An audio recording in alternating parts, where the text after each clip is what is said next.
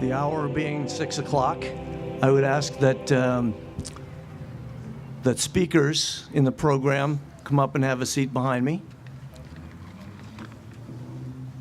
I arranged enough chairs in the audience that if there was someone elderly, disabled, or who needed to sit during the program, that they could do that.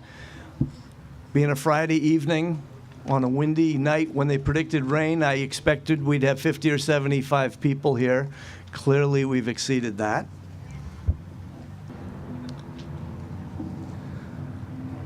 Rather than doing formal introductions now, I'll do that as I bring people up to speak during the program. I'd like to describe just briefly what you have in front of you. This is a project that's really been discussed, thought of, talked about, and in need of since September 11th, 2001. I took the post here in 2010 and knew this was something we were going to have to do and something that I was going to need help with. And so I do want to, as you look at your programs, those of you who got programs, I only printed 150. At the bottom left inside, you'll see the folks who worked on this committee. We had two working groups on the Global War on Terror Veterans Memorial Committee, and these working groups over the last 18 months, one of them was the design working group, and the design working group actually was 3 veterans whose names are carved on here, along with John Ricker, our contractor, a local resident here. They worked and came up with the design you see before you, clearly beautiful. And the rest of the names you see here on that committee, those are the people who did the hard work of fundraising, reaching out to the community, to businesses and residents to make this a reality. And while we're close to our goal and close to having this completed, I will tell you that we have $5,200 that we're still looking to raise so that we can finish the stamped concrete apron around the bottom, so that we can do the lighting and so that we can do the landscape, as well as add the names that we had talked about on the Cold War Memorial. So keep that in mind, and we'll put that in the paper as well, that we are still, while we've raised $55,000 to make today a reality, we are still looking to finish the project.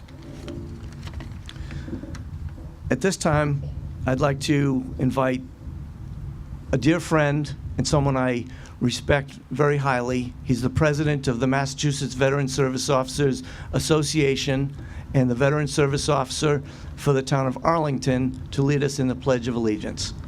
And for anyone who's traveled from out of town, the flag is right behind you on that very large white flagpole that the residents donated and raised money for in the last couple of years. So it is my privilege to introduce to you Jeff Chunglo, retired Senior Chief Petty Officer, United States Navy. Thank you. Attention to the pledge. I pledge allegiance to the flag of the United States of America and to the republic for which it stands, one nation, under God, indivisible, with liberty and justice for all. Thank you. Thank you, Jeff. Thank you.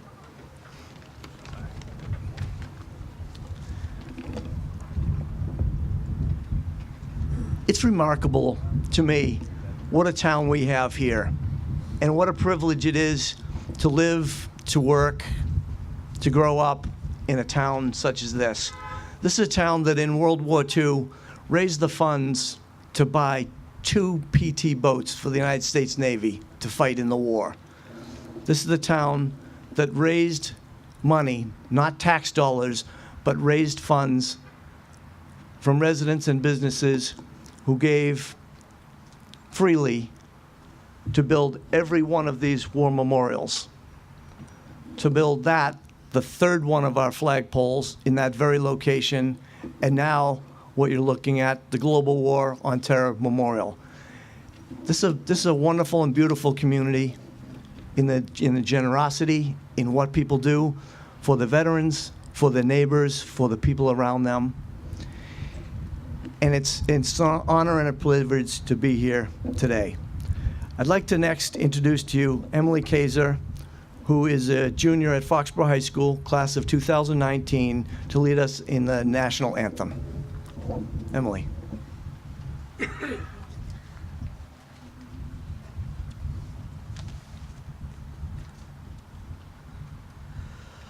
Oh, say, can you see by the dawn's early light what so proudly we held at the twilight's last gleaming, whose broad stripes and bright stars through the perilous fight o'er the ramparts we watched were so gallantly streaming, and the rocket's red glare, the bombs bursting in air, gave proof through the night that our flag was still there.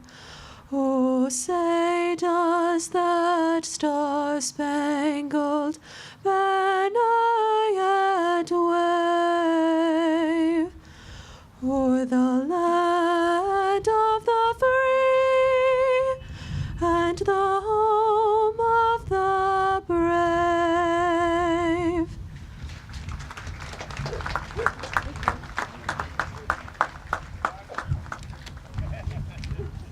Thank you, Emily.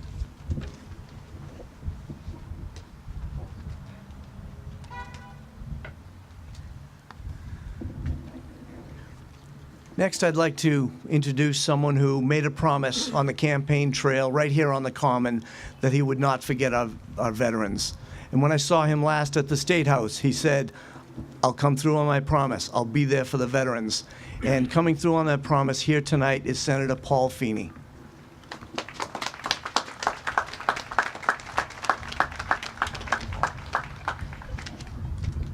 Thank you so much, Michael. To everybody here tonight, I get a little bit uncomfortable with an introduction like that because my promises are easy.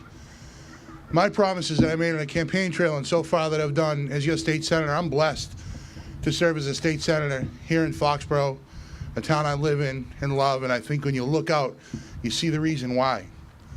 Because when I went up, I made a commitment that I would listen and that we would do what we needed to do for veterans, and I'm glad we did that recently with the BRAVE Act. But my promises are easy. What we do tonight, remember those sacrifices and those promises made and those promises kept by so many in a war that's touched an entire generation.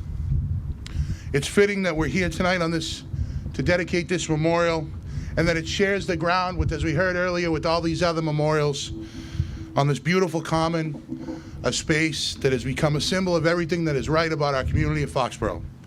A place to gather and to celebrate, and at times to mourn and to heal. Today, though, with the addition of this powerful, powerful monument beside us, we're reminded that it remains a place of reflection and most certainly of gratitude. Gratitude for those that left the comfort of Foxborough to sacrifice and to fight to protect the values of Foxborough and of our nation. Thank you.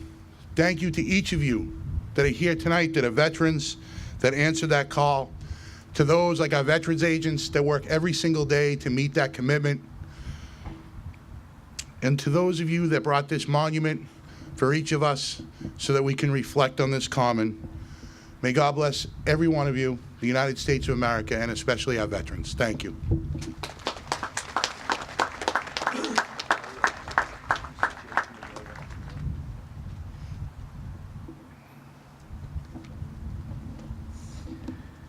Next, I'd like to introduce to you the newly elected chairman of our Board of Selectmen, the father of two, well, I guess I say one soldier and one Army officer actively serving. You won't find their names on this memorial. yet. Their home of record is Foxborough, and when they come home with a discharge, their names will go up there. So it's my honor to introduce to you Chairman of the Board, Christopher Mitchell. Thank you very much, Mike. Mike, you had mentioned, how much are we short? 52? I didn't see a hat getting passed. You know, we do have a reverend in the house, you know, a collection. Although I think most of the people here, I've seen the list that have donated. I think most of you are here. So what we need you to do is tell your friends we're a little short, and anything you can do to help out would be great. How many veterans do we have here tonight? Raise your hand. Thank you all very much for your service. Do we have any Vietnam veterans here? Welcome home. Thank you. I want to do a few rounds of thanks to some of the people. First and foremost, the scouts that put the flags out this morning. Very fitting for this occasion, and tomorrow being Armed Services Day. Thank you very much. Want to thank my fellow board members, Jim and David, that are here. I don't know if Leah is here, but thank you for attending. The committee that Mike talked about that went through the whole process of designing and raising funds, we need to give them a special round of applause. This memorial is absolutely beautiful.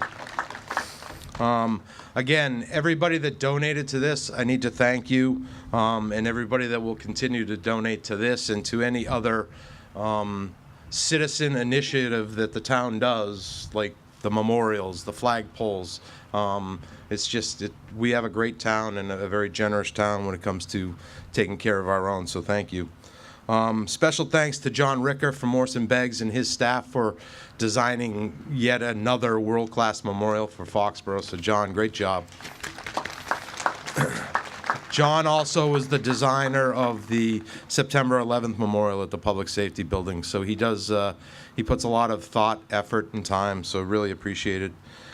Thanks to the Tree and Park Department for prepping this site and getting this all ready, and for Chris Mack, who's going to come in and put the apron around it, and so special thanks to all them. Just a couple things. The Global War on Terrorism was launched October 7th, 2001 by the United States. So we've been at war for just about 16 and a half years. It's getting close to one of the longest wars that we've ever had.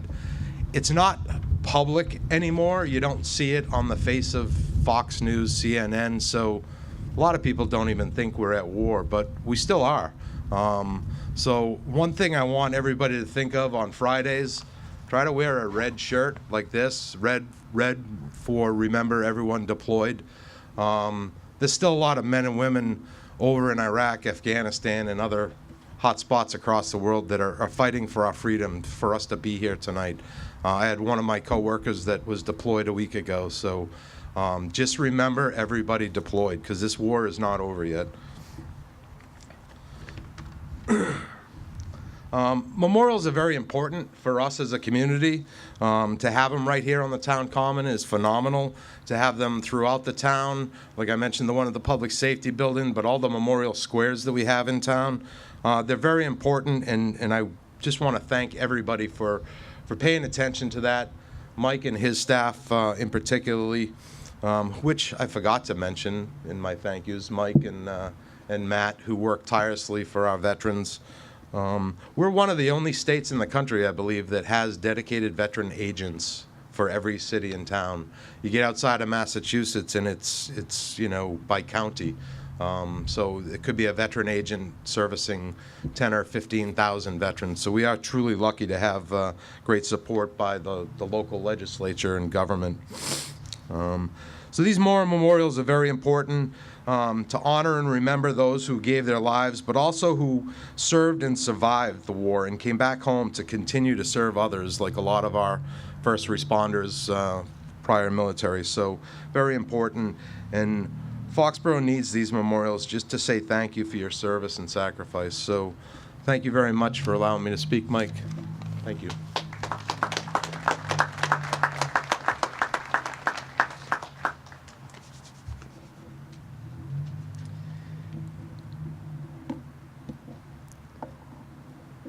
So someone here with us who you've already met, I just want to bring back up, someone who's served as a Navy corpsman in the field with the Marines, a hospital corpsman, rose to the rank of Senior Chief Petty Officer, who actually has served in Iraq and Afghanistan, has led men into battle and women, who now leads the charge across the state to serve benefits to those who have earned them.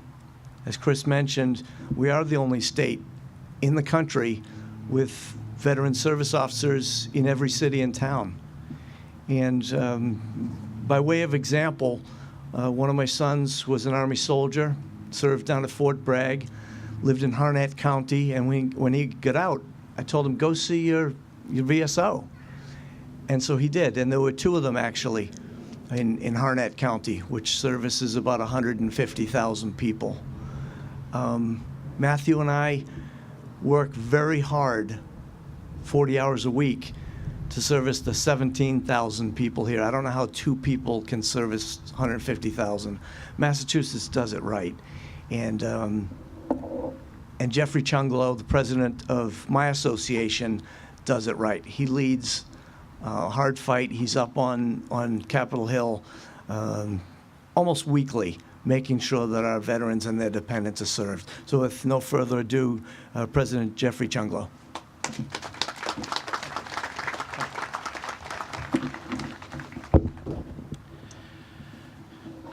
Thank you very much for allowing me to speak to you tonight. Seeing everyone here and the monument, it's amazing. I have the pleasure of seeing and managing and working with and representing about 250 veteran service officers throughout the state, as well as their staff members.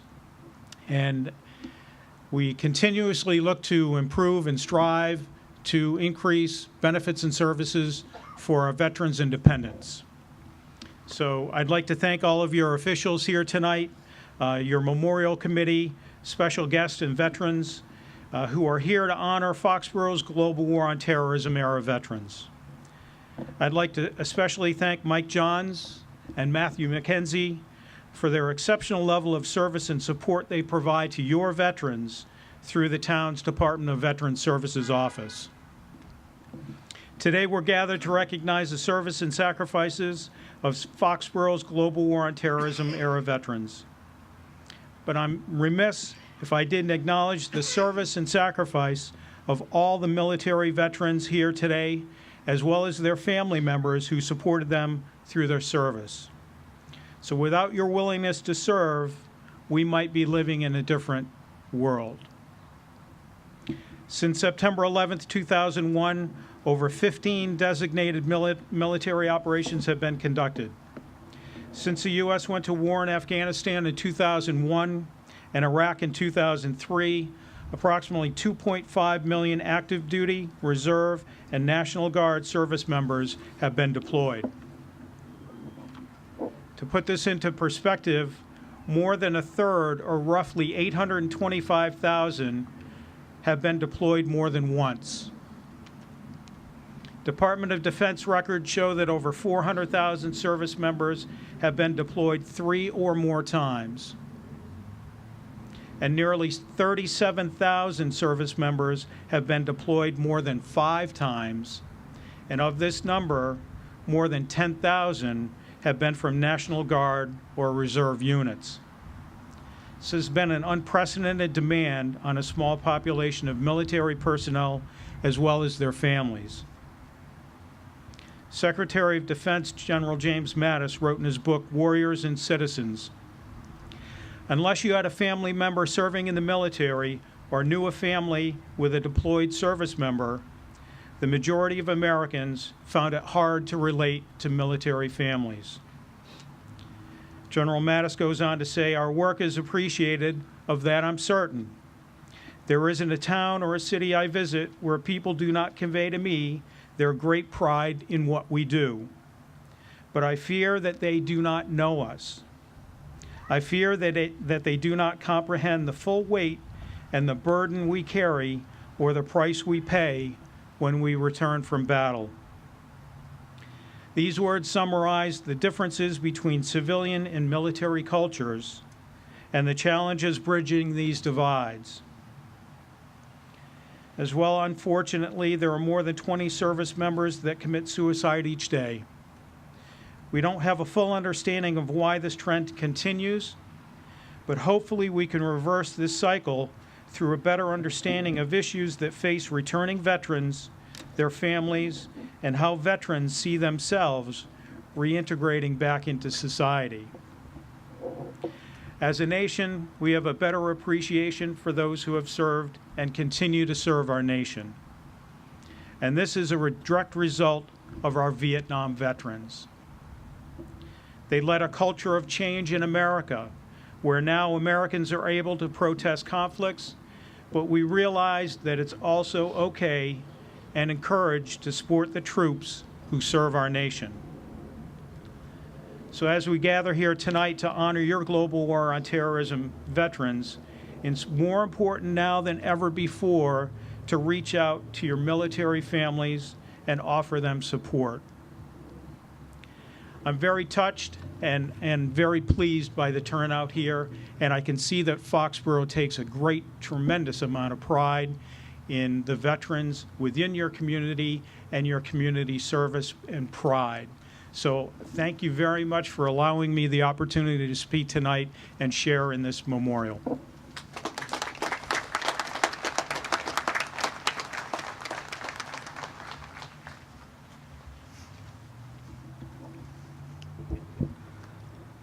I want to describe, before I introduce the next speaker, a little bit of what the design working group had in mind when they came up with this particular design. As they met with John Ricker of Morrison Beggs, and they did their meetings and then came back to our main committee meetings to report, they explained that it was important to have a five-sided memorial representing a couple of things. One, the Pentagon, which was one of the targets on September 11th, 2001. And secondly, the five sides representing all five branches of service. That Pentagon is made of black granite, which was shipped down here Wednesday from Barre, Vermont. Also, the globe on top is of black granite. And in fact, the whole thing is, but you can see the different colors on top, just polished to different degrees, and that's what gives it the gray and black difference. Important to this working group, and as they explained it to us, important to the entire committee, was that we portray that global presence, a global war, and the fact that we're not only fighting for our own freedom, but we're fighting for freedom around the world, and that we have troops deployed around the world. Names on here, many have been deployed, some have not. Some have been deployed to hostile areas, some have been in support roles, and it matters not. What was important is they raised their right hand and they served. The other thing you'll notice is that there is no rank, there is no designation of who served in which branch. The importance is that they served. Obviously, it was important with the collar that they wanted to actually show all five branches of service. One of the interesting things you'll see about this, as you can get up close to this memorial, that you probably won't see on any other memorial, at least I have not, is that the names are on there alphabetically, but not by column. They're alphabetically around, so that as we add more names, they'll continue to spiral. And it makes it very unique. So as you're looking for a name, if you're looking for somebody in the B's, start at the top. If you're looking for somebody in the J's, look around the middle, and then move sideways to the right as you look through the alphabet. The other thing that was important to the working group and the entire committee was that there be no front or back to this memorial. Any way you look at this memorial, you're looking at the front. Right now, you're looking at the front, and you're looking at the front, and we are looking at the front. There is no back to this memorial. The next speaker I would like to introduce has served in the Marine Corps and now serves us on the highways and in the community as a Massachusetts state policeman as a detective, I believe. He was involved on our committee as well as his mother. It's Philip Giordino Jr., and he's a global war on terror veteran.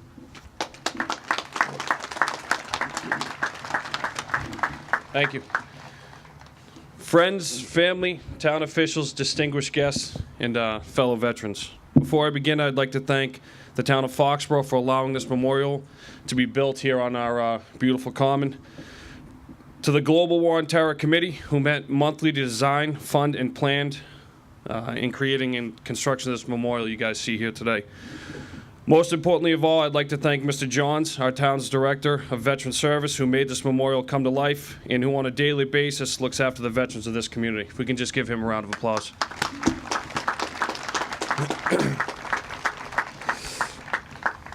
I am honored to have been asked to speak at this ceremony today, and I am more than humbled to be one of the names engraved on this memorial. At this time, I would like to take a moment of silence, not only for the lives that have been lost serving this country, but for those individuals who continue to serve us on a daily basis. And unfortunately, I had to add this line today, but if we can also just keep in prayers the children down in Santa Fe, Texas.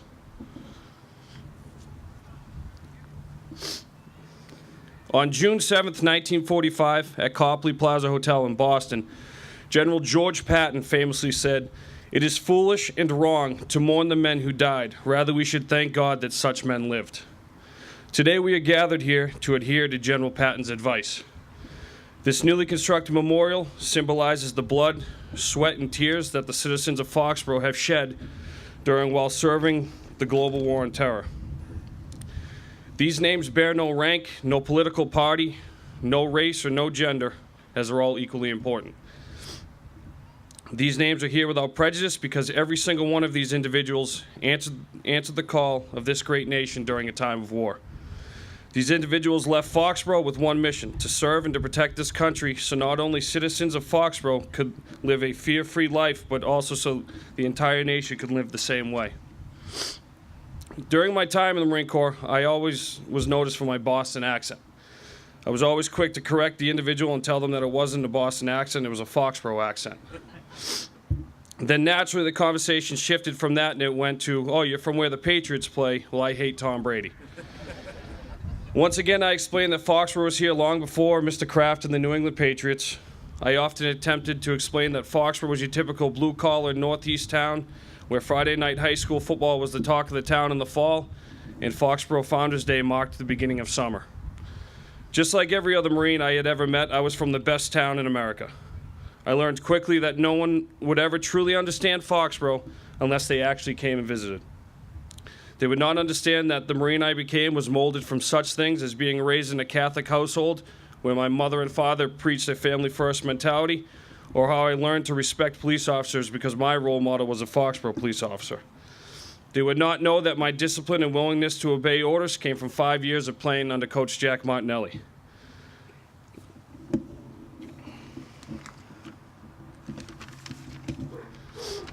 They would never see that veterans from the Revolutionary War, the War of 1812, the Civil War, World Wars I and II, Korea, Vietnam, Gulf War, Panama, Grenada, and the Cold War were honored here in the Common.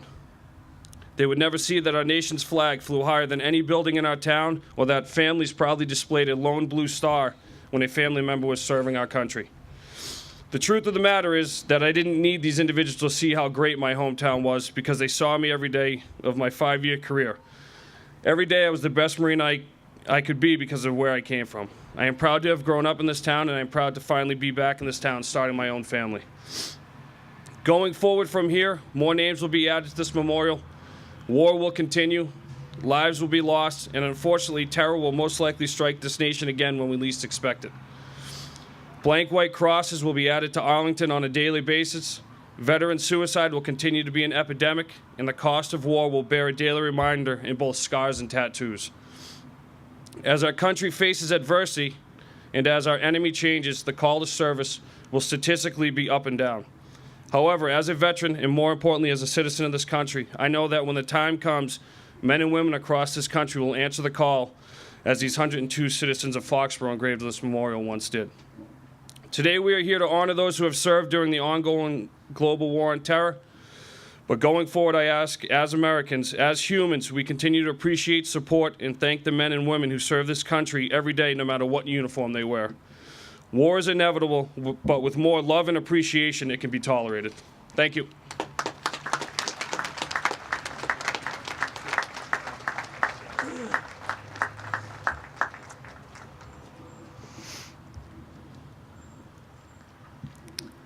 I do want you to take a look next week in the Foxborough Reporter as this ceremony is written up, but also I want you to pay attention to the people who financially supported this, as well as gave of their time and talent to make this a reality. I don't want to read that whole list here tonight because I want the focus to be on the veterans who are inscribed on this memorial. Speaking of inscription on this memorial, there were a couple of things required, and I've explained this over the last 18 months, and I think it's fitting to explain it once again tonight, because undoubtedly there will be a name that is missed on there. I don't think we've ever built a memorial where we haven't had to add names later because something was missed or we found out somebody served later. This will be no different. In fact, this was a very, very complex one because the war is still ongoing. Usually you do a memorial after the conflict has ended. We made the decision here in Foxborough to do it now and start honoring and leave space for the rest who will serve. One of the challenges has been over the last 18 months in putting it out over cable access during several interviews that I did on their program, as well as many times in the Foxborough Reporter, as well as anywhere I had a chance to speak and anyone I had a chance to talk to, was that I needed your discharge paper. So if you didn't come to me during that 18 months and give me your discharge paper, then your name isn't on there. That isn't that it won't be on there, but I need your discharge paper. So that's one, need the discharge paper. I want to put your name up there. And there are people here, probably parents, neighbors, because their veteran maybe has moved away, as a couple of my family members have. So if you don't see them there, that may be the reason. I do want to talk to you, I do want to see you, and I do want to get the name up there. The other reason that may be that they must be from the town of Foxborough, meaning on their discharge paper, the home of record block has to say Foxborough. And I've encouraged many of the folks who have come to me who have returned to Foxborough or passed through Foxborough or what have you and served during this time and showed me their discharge paper to go back to Attleboro and see the VSO there, because that's where the home of record is. Or go to Arlington or go to Dedham or wherever it is that their home of record is, because we want to see their names inscribed on those memorials as they should be. The next speaker I would like to introduce, the next and last, is someone who was on TV last week as they unveiled the hand-carved town seal in our new town hall. He's a 20-year retired lieutenant colonel from the United States Air Force. He's a test engineer. He works for the FAA. He's a Cub master in a local Cub Scout pack here in town. He's a public servant. He's a friend, and it's a pleasure to have him here this evening. And I'll let him describe a little bit of his war and his time in service. Mike Davison.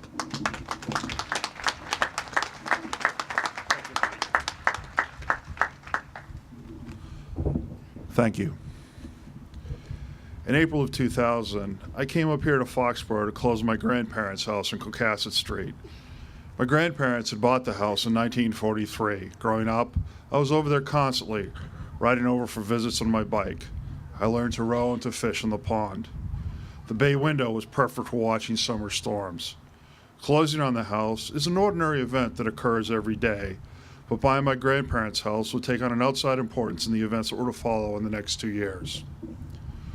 Soon after the closing, I left for a 2-year assignment as the air attaché to the Republic of Uzbekistan. I spent most of the first year mostly visiting air bases and getting to know the leaders of the Uzbek Air Force. It was a great adventure and a fascinating place. Central Asian history had always fascinated me. I did not for a moment imagine that when I left for the assignment, that I would take part in one of its most significant times. It was dinner time in Uzbekistan on September 11th when the first aircraft hit the World Trade Center. After a restless night of watching the events on that day on television, it became clear there was work to be done, and it became evidently clear that U.S. forces would be coming to Uzbekistan, which shared an 80-mile common border with Afghanistan. History records that the U.S. response to the September 11th attacks began a little less than a month later on October 7th, 2001. But on that day, September 11th, is the day the war began for me. It went, in an instant, from a far-flung diplomatic outpost in the steppes of Central Asia, which most Americans had never heard of, to the center of effort against al-Qaeda and the Taliban. I was one of 3 U.S. military personnel stationed at the U.S. Embassy there, so any decisions made by the government would fall on the handful of individuals stationed in Central Asia until we could mobilize and move our forces there.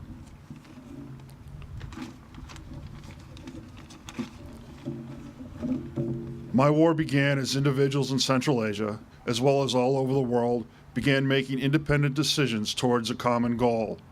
In the days after the attack, with the fear and confusion at all levels of government, it became apparent to me that the U.S. would be coming to Uzbekistan. So without any direction, I began to think out and prepare what it would take to base U.S. operations there.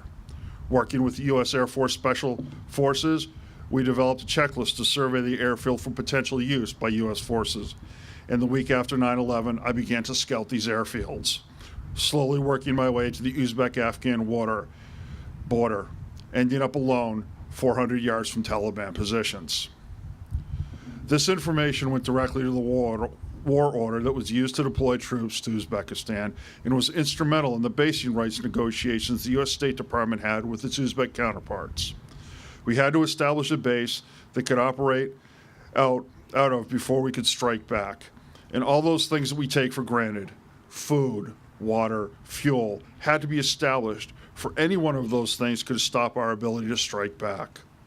Each piece of information I gathered, each recommendation I made back to Central Command Headquarters was immediately adopted into the war order.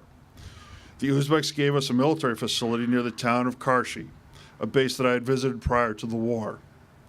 Those relationships I developed with the Uzbeks prior to 9/11 would be key to establishing the U.S. presence there. 2 weeks after 9/11, I drove down to Karshi-Khanabad to meet with our Uzbek counterparts and went up to the tower to help guide the first U.S. aircraft with its Special Forces Advance team.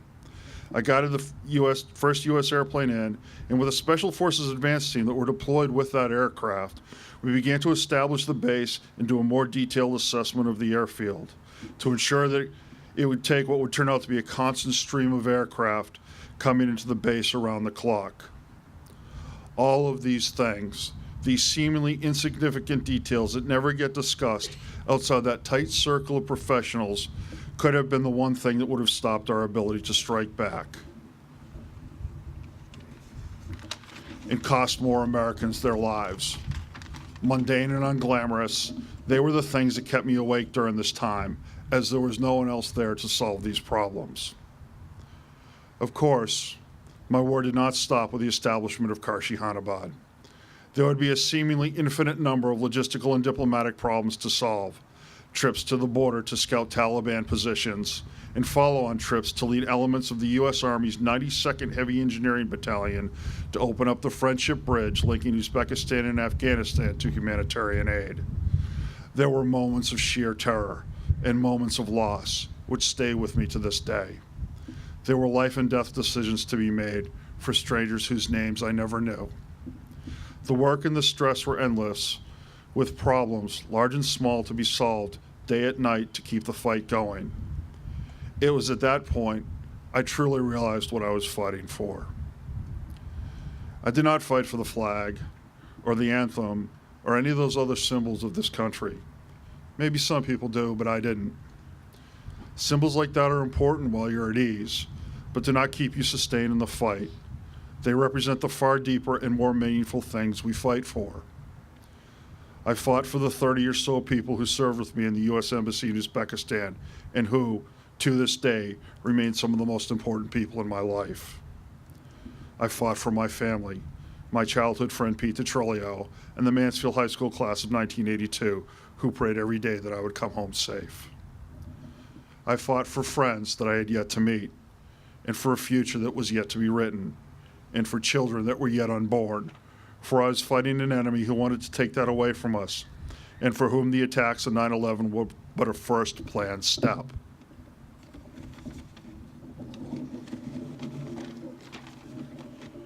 I fought for here, and I fought for you, because here and you are worth more than any piece of cloth or song.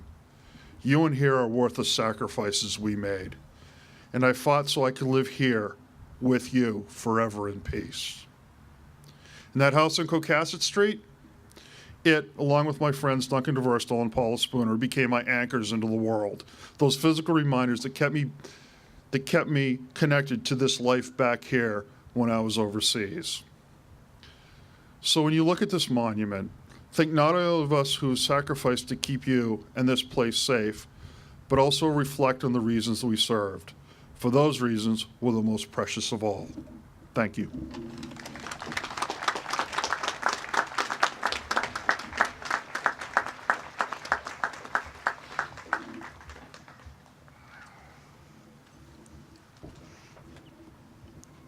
We're going to do a prayer of dedication for this memorial and the names that are inscribed on it, and then we're going to lay a wreath. So at this time, I'd like to call up Navy veteran Marcus Muirhead to lead us in a prayer of dedication. Marcus.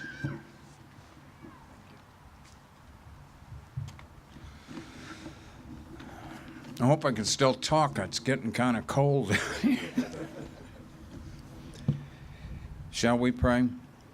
Dear Heavenly Father, we gather here today to honor the brave men and women of the armed services who today fight an unfamiliar new kind of war for us. Please give them discernment and intelligence and good judgment as they go about that work.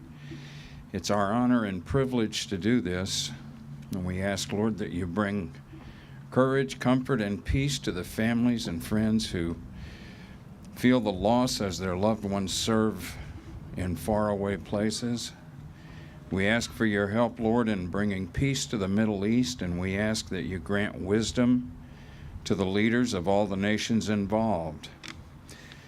But let us never for a moment forget the sacrifices made by our soldiers, sailors, Marines, and airmen in this war and in others who always rise to the occasion, no matter how difficult the challenge, no matter how high the risk.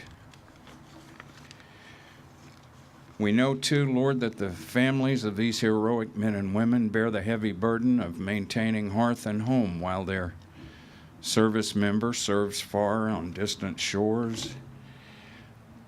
There's no praise high enough, no words grand enough to properly thank those who are at the tip of the spear. May you bless them and keep them always, and may you continue to bless the United States of America.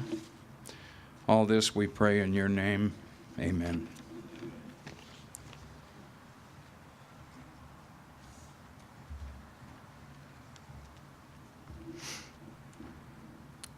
To lay the wreath on our new Global War on Terror Memorial, I'd like to call on someone who takes care of this common, who works on it weekly, who takes care of our sports fields.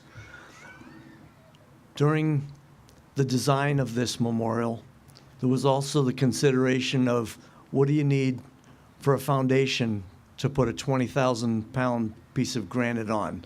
So I consulted with the DPW director when he was off duty, and the town engineer, Chris Gallagher, a Foxborough resident, when he was off work, and had them help design this. And I also, saw Rob Kerr up here. His name is on here, and he's up here cutting the grass, maintaining this place, and making sure we had mulch around this until we had the final stamped concrete foundation. So to lay the wreath on our Global War on Terror memorial, I'd like to call on Robert Kerr of the Foxborough Tree and Parks Department.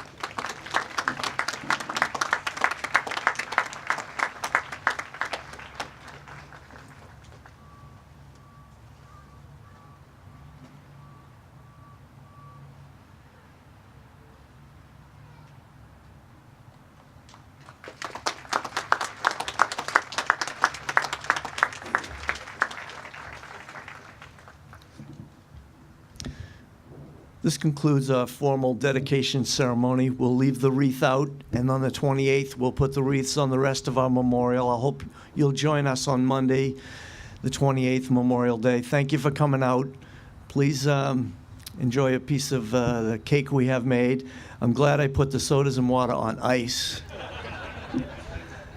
Had I known. Thank you all for coming, and enjoy your weekend.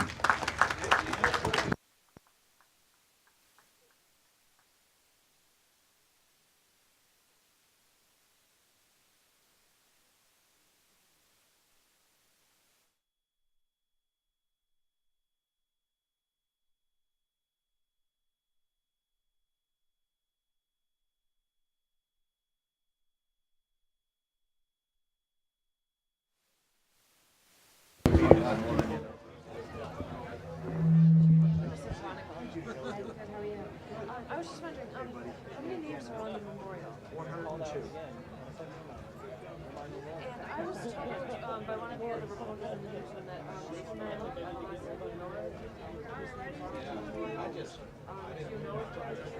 all right, well,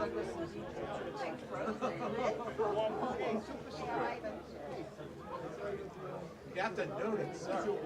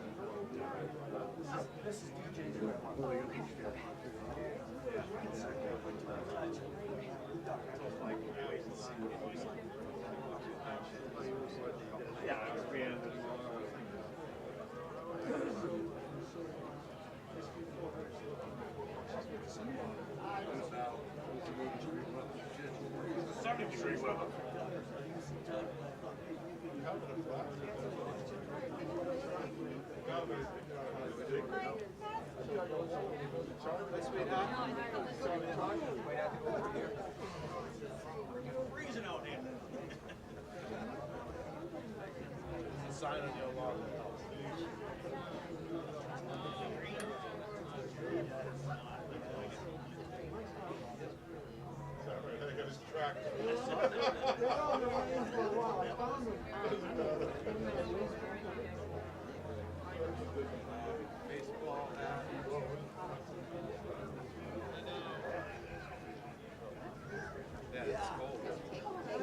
Take a look. I was just kind of a rope that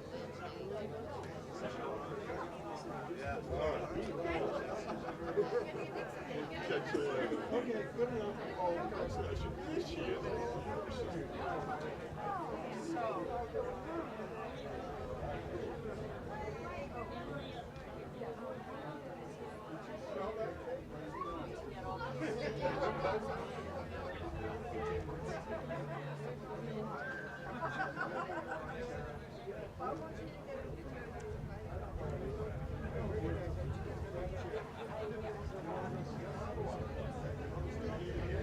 Didn't want to get you shot.